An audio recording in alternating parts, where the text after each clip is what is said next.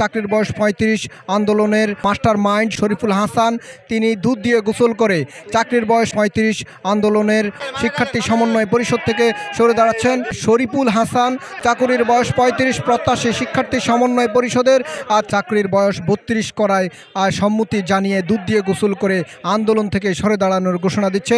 প্রবেশের বয়সীমা স্থায়ীভাবে সরকারি বেসরকারি আধা সরকারি স্বায়ত্তশাসিত সকল ক্ষেত্রে ৩২ করে যে প্রজ্ঞাপন দিছে গতকাল, সেই প্রজ্ঞাপনটি এখন আমি দুধের ভিতরে চুবাচ্ছি।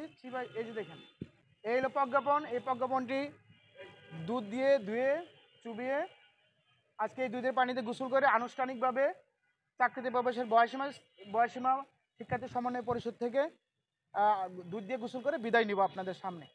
এই কমিটি বিলুপ্ত, নতুন করে কেউ ব্যানারে আসলে আমাদের সহযোগিতা থাকবে, আমরাও কাজ করব, কিন্তু এই কমিটি বিলুপ্ত। 2023 সাল থেকে আমরা যে সংগঠন নিয়ে রাজপথে লড়াই সংগ্রাম করেছি তারই ধারাবাহিকতায় বর্তমান সরকার উপলব্ধি করে 2টি বছর চাকরিতে প্রবেশের বয়সীমাটি স্থায়ীভাবে বৃদ্ধি করেছে। আমরা সরকারকে কৃতজ্ঞতা জানাচ্ছি।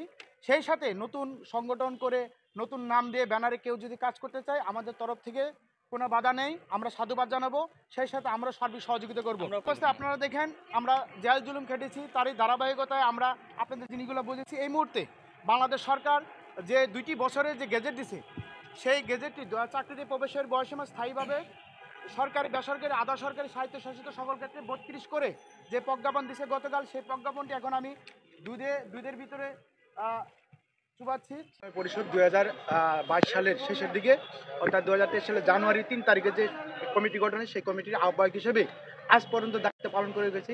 তো দায়িত্ব পালন করার অবস্থায় আমরা আন্দোলন লড়াই সংগ্রাম করতে গিয়ে নানা রকম প্রতিকূলতার সম্মুখীন হয়েছি, জেল খেটেছে, মামলা শিকার হয়েছি।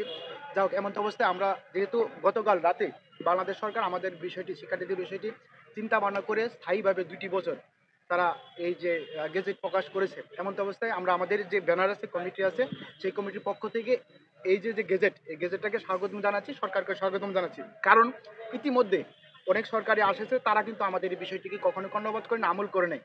যেহেতু এই সরকার আবার 2টি বছর বাড়াইছে, তাদের কাছে আমরা কৃতজ্ঞ থাকবো। সেই সাথে আশা করবো আপনাদের মাধ্যমে প্রত্যাশা করবো অন্তত 35 প্রত্যাশীদের জন্য 2টি বছর যদি গ্রেস দিয়ে বা অস্থায়ীভাবে 2টি বছর তারা যদি ব্যাকডেটও দেয় বা 2 বছর বাজারে দেয় 35 প্রত্যাশীদের জন্য, আমার মনে হয় সকলে আবেদন করার সুযোগ পাবে এবং এই 32 বছরে প্রবেশের বয়সীমাটি সকলে সুন্দরভাবে মেনে নেবে। আমরা আজকে আনুষ্ঠানিকভাবে এই যে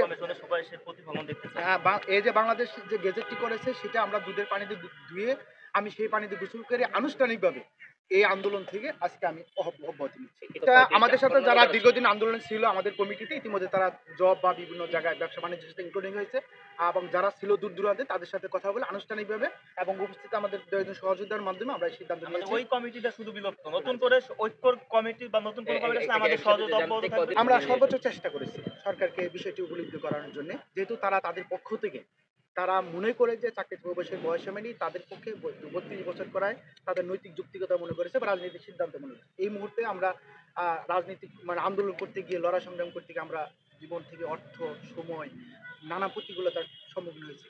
তেমন অবস্থা আমরা মনে করি বর্তমান যেহেতু একটা অনির্বাচিত সরকার, তাদের পক্ষ থেকে যা দিয়েছে এটা আমরা আনুষ্ঠানিকভাবে মেনে নিলাম।